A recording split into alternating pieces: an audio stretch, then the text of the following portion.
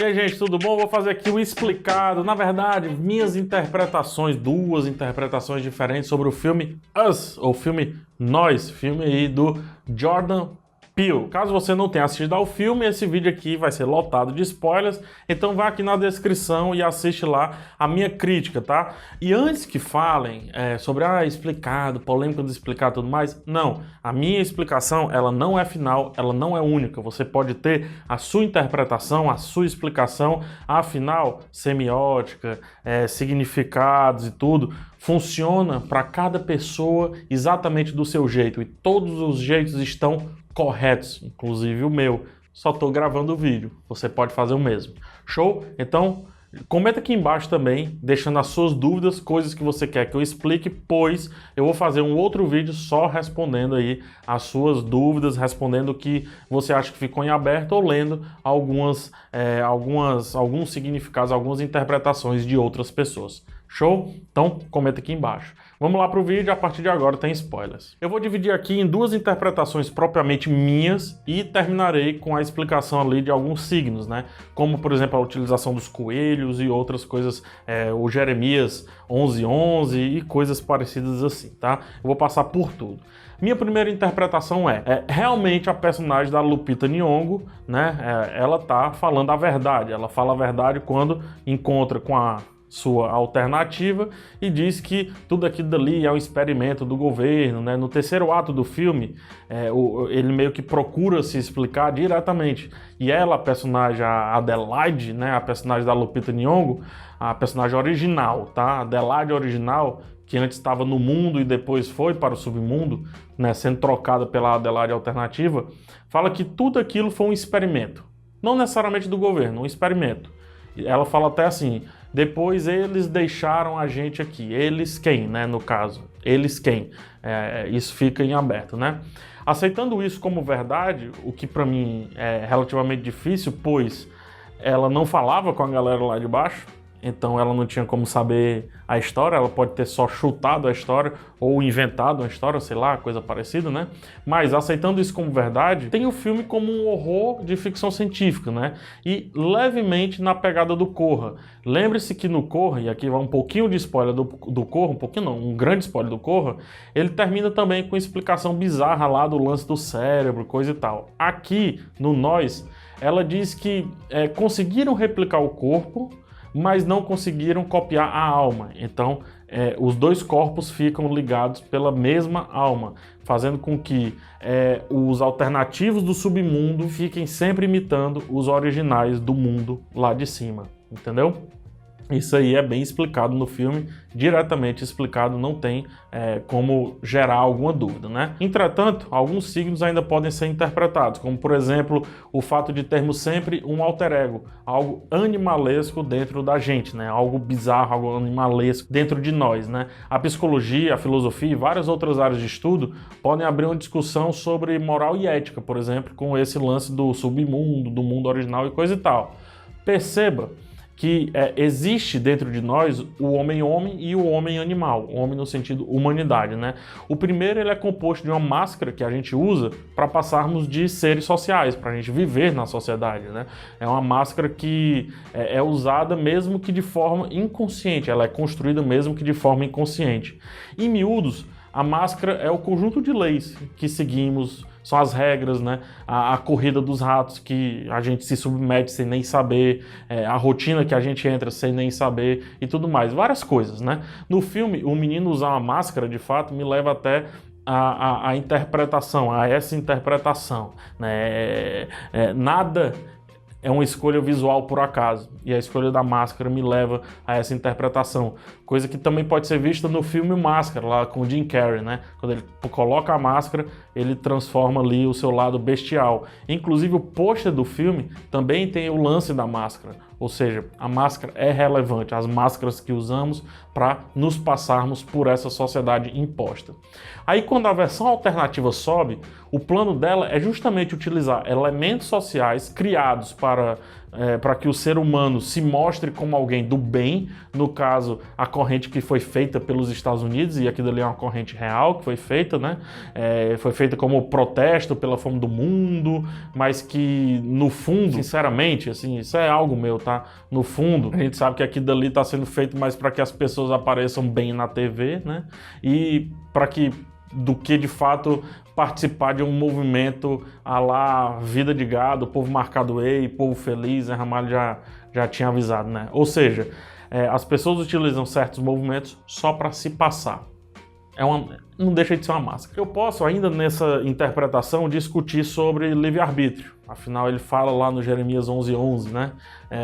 Como temos livre-arbítrio, se estamos de fato amarrados a um conjunto de regras, a um gestor master que pode ser o presidente do seu país, ou Deus, se você for religioso, né? Ou seus pais, enfim, o que quer que seja, algo que tem uma hierarquia superior à sua. É como se a gente tivesse para viver naquele mundo de conto de fadas, isso na visão dos alternativos, né? Que é de fato o nosso mundo, a nossa Matrix. Todo tempo a gente está colocando nosso lado animalesco de lado, né? Nossos pensamentos mais viscerais, nossas sombras, nossos medos, nosso íntimo de lado, bem escondido lá embaixo, no porão, num canto que ninguém mais vai visitar, nem eu, nem você, nem o meu colega de trabalho, ninguém. Algo que só você e apenas você pode ver no espelho ao observar ali o próprio reflexo, né? Só você sabe a sua verdade, seus pensamentos ruins, suas viagens, enfim, sua selvageria ou sua possível selvageria que fica constantemente, certamente por bem, sendo oprimida, né? Sendo suprimida, eu diria, né? Mas outra coisa a interpretar nisso tudo é que mesmo o lado selvagem subindo e assumindo o lugar da Adelaide original, ela passa aos poucos a também emergir naquela sociedade, né? A aceitar aquela sociedade. Ela namora, ela casa, tem filhos e parece ser até uma boa mãe, uma mãe super dedicada, carinhosa e coisa e tal, né? Ela entrou no conceito da ética proposto por aquela sociedade. Ela quer chamar a polícia, ela quer tentar resolver na boa, conversando, enfim. Ela perdeu o lado bestial que poderia ter quando vivia lá embaixo, né?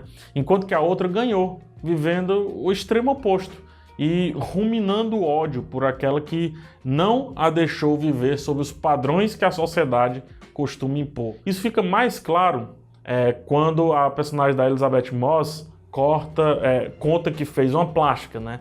Ela fez a plástica e a alternativa dela, o lado alternativo, a pessoa, né? O sósia dela, ganhou uma cicatriz. Ela não ganhou uma plástica, ela não ganhou uma melhoria, ela ganhou algo que foi piorar o rosto dela, ela ganhou uma cicatriz. Tanto que ela, quando sobe, tenta fazer uma cicatriz do outro lado do rosto, por pensar que isso é o que se define como beleza. Ou seja, o que nós queremos é realmente a beleza, a nobreza, a riqueza, o bom barco, né? E quando estamos aqui conquistando essas coisas e nos amolecendo enquanto seres humanos, digamos assim, vamos nos desconectando e maltratando a nossa natureza, nosso arcabouço, nossa origem mais animal e mais bestial da sobrevivência e coisa e tal. A gente passa até a pedir para assistentes pessoais que toquem uma música, quando a gente poderia ir lá pegar um violão e tocar, aprender essa música e depois tocar essa música, como era feito antigamente. Mas a gente vai deixando esse nosso lado natural de lado, né, e substituindo por uma parada um pouco mais do conforto. Tem um momento específico que o amigo do personagem principal, ele diz assim, não, eu quero ficar aqui na minha zona de conforto, me tira daqui não. E aí ele tem que ser tirado para justamente enfrentar o lado bestial dele. Só que assim, eu vou para uma segunda linha de pensamento, conforme eu tinha prometido, né? Que o filme também nos permite ter inclusive várias interpretações, né? Você fique livre para isso, né? E aqui eu mantenho várias coisas que eu falei sobre a primeira interpretação, mas parte do princípio de que não é verdade que cópias foram criadas e viveram no tal submundo. Tudo isso eu vou tratar como se fosse uma alegoria para o fato de estarmos sendo sempre controlados, testados e sendo levados para caminhos que não necessariamente escolhemos, como se fossem labirintos, né? Como se a gente tivesse que chegar no final de um labirinto e a gente nem sabe por que está naquele labirinto, né? A gente não escolhe porque queremos, mas porque a sociedade nos levou a ele e fim. E aí eu explico também. A cena que o diretor fica no coelho, né, que é uma das cenas de abertura do filme, ele vai mostrando um plano fechado e depois vai abrindo esse plano num zoom out super calminho, né? Ele vai abrindo, até mostrar que existe, além do coelho branco e vários coelhos brancos, né, alguns coelhos pretos enjaulados no que seria um laboratório. E são muitos coelhos, né? Coelhos a fugir de vista no plano ali proposto pelo diretor. Nesse momento, além de querer dizer que o seu filme não vai ser sobre negritude, pois negros e brancos estão ali no mesmo problema, na mesma encruzilhada, estão presos quanto todos, né? Polícia, todo mundo está preso. Ele já mostra que não vai ser um filme sobre negritude como foi o Corra, vai ser o horror que tem negros como protagonistas, né? Pois bem, o coelho, né, voltando aqui para o lance dele, é um dos animais mais usados para testes, né, para gerar resultados com produtos, remédios, antes que esses produtos cheguem nas nossas casas para que a gente use. Entretanto, cara, hoje em dia, principalmente, nós estamos tão coelhos quanto os próprios coelhos ali do filme, né? Dados são constantemente colhidos sobre nós. Nossas vozes são gravadas, né? Isso daqui está sendo gravado e arquivado por alguém, né? Nosso comportamento online, nossa vida, tudo. E esse tudo é usado justamente para desenvolver produtos que vão nos prender mais ainda numa sociedade que alguém está decidindo por nós e não somos nós. E a gente nem sabe quem é esse alguém. Pior, assim como o coelho, a gente nem sabe por que tá ali. O coelhinho só tava lá paradinho, assim como a gente também. E assim como aquela galera do submundo, né? Assim como as pessoas se alimentam dos coelhos, nós nos alimentamos dos coelhos enquanto cobaia, e isso é mostrado literalmente no filme, várias outras se alimentam de nós, os originais. É meio que a obrigação de ter um barco, de ir à praia, de participar de convenções sociais, que alguém um dia criou porque sim, né? Porém, existe um lado nosso, principalmente quando nos esclarecemos sobre certas coisas, como se a gente abrisse a caixa de Pandora, que parece meio que querer desamarrar tudo isso. É o nosso alternativo querendo dominar o nosso lado original, né? E eu tô utilizando o nome alternativo aqui com um propósito bem claro. É alternativo mesmo. Entenda, alternativo em todos os sentidos. Mas, enfim, voltando aqui, né?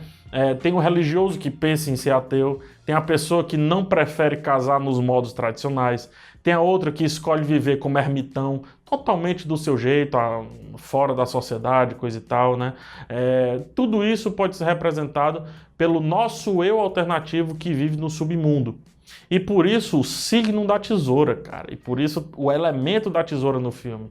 Escolher certos caminhos e tomar certas decisões implica em cortar laços, tanto com a sociedade como também laços com vários elementos que definem a sociedade como tal e nos definem também como tal. Por isso a passagem escolhida lá no filme, que é o Jeremias 11:11, que disse, e eu decorei bem direitinho para trazer para vocês bem bonitinho aqui, abre aspas, né? Portanto, assim diz o Senhor, eis que trarei mal sobre eles, de que não poderão escapar, e clamarão a mim, mas eu não os ouvirei. Está escrito aqui na tela para ficar mais claro. Essa passagem, ela vem depois de uma explicação de que Deus pediu algo sobre uma aliança e não cumpriram, né? Nós não cumprimos. E daí eu digo, baseando-se nisso, é realmente difícil romper com as normas da sociedade. Afinal, ao ouvir que se você romper depois, caso se arrependa, não será mais ouvido, né? Não será mais assistido e faz com que realmente eles fiquem ali no submundo, que você fique para sempre no submundo que você escolheu participar. Só deixar claro aqui sobre isso da Bíblia, eu não sou tão bom, tá? Mas o Iago lá do canal 2 Dedos de Teologia pode falar bem melhor. Iago, me ajude aí, mas eu tô pegando só exatamente a citação que é colocada dentro do filme por aquele cara que fica lá segurando um cartaz. Só estou trazendo essa citação em si, não estou interpretando a Bíblia como um todo. Estou pegando um pedacinho e tentando aplicar aqui ao filme, tá? Não é uma definição de Bíblia, de religião, de nada. Não fala isso sobre mim.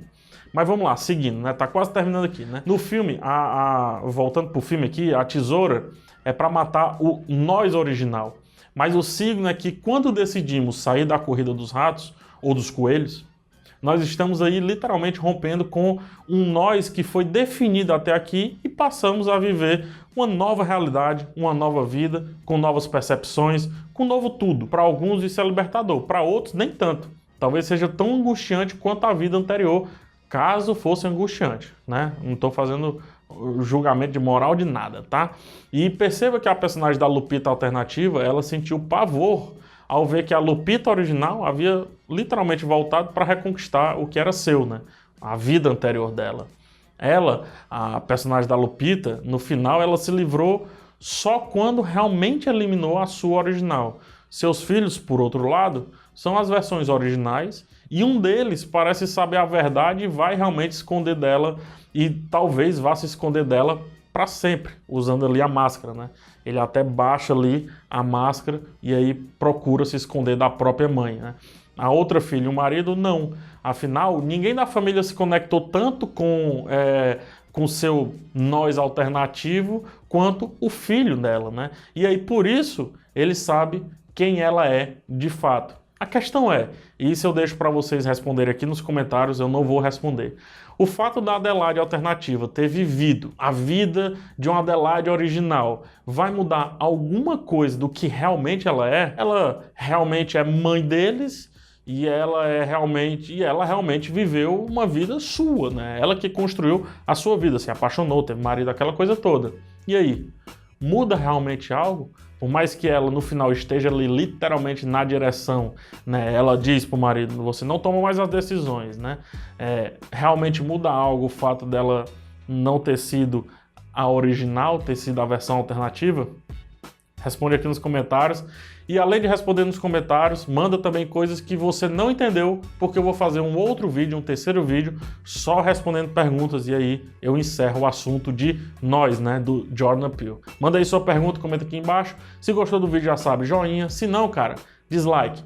Um beijo em todos, até o próximo vídeo e tchau.